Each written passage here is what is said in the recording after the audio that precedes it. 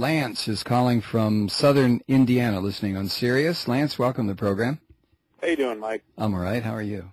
Good. I mean, it saddens me every time I hear about these shootings. I mean, it's hard to take that. But you know, I've been listening here, and I just kind of curious, what solutions would you propose to stop this? Have every one of us turn our guns in, or I mean? No. If you listen to this program, you know I've never suggested that. If you listen to this program, you know I'm a licensed gun owner. If you listen to this program, you know I carry a weapon. If you listen to this program, you know perfectly my position. And my position is simply, where it concerns gun ownership, first of all, there's got to be heavy-duty licensing. Secondly, we've got to make sure that we as a society, not a government, I'm talking about down on the state and county level, that we as a society understand that if we put military-style weapons in people's hands, we are acting like dumbasses. That's A, B, and C. D, which actually should be A, is that we should have a society where, like this was brought up tonight, and Michael Moore brought it up in Bowling for Columbine, a society where there is a safety net, where when people do lose their jobs or do desperately need some kind of counseling, they come home and find their spouses left them, or they find out that something bad has happened to their kid and they got no place to turn. The goddamn churches still sure don't do anything for people. So we don't have a social safety net in this country that's adequate to the needs of the kind of society that we have, where people have no value whatsoever. The only thing that has value in this country is the military-industrial establishment, is corporate America. The average Joe doesn't have an ice cube's chance in hell, and every average Joe understands that. If we lived in a society where there was a system at hand where we knew that if we got into dire straits, that we wouldn't lose everything. We wouldn't lose our position, our home, our job, whatever. I think we'd be a lot better. So it's not just guns. Guns are, you have to look at the greater context of this country. A lot of societies own guns and don't have anything near the kind of blood on the streets that we do. And one of the reasons is that they have a rational licensing program. They are not paranoid the way it seems like every single NRA member I have ever run into is a scared little boy who is just terrified that the big bad government is going to come and take his gun away. And there's never been a gun grab in this country except after Katrina, and that was perpetrated by these private semi-military freaks named Blackwater who were sicked on the American public by George Bush. So I don't get if you identifying yourself as a right-winger who wants to challenge me on this issue, I don't get where you're coming from. I've never understood where the NRA true believers come from. Nobody wants your goddamn gun. I don't want it. The government doesn't want it. What they want is responsible ownership.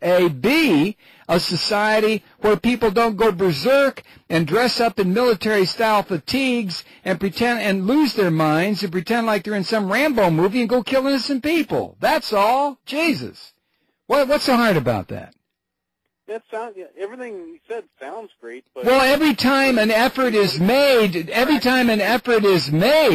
to bring that into play, the NRA types, walk around like they have a stick up their hind ends and gritting their teeth and saying, no, we don't want any of that. You show me an NRA guy and I will show you somebody who is anti-woman. I'll show you somebody who doesn't believe in social safety net services. I'll show you somebody who will vote Republican even though the Republicans will cut your throat and laugh while you bleed. That's why it pisses me off.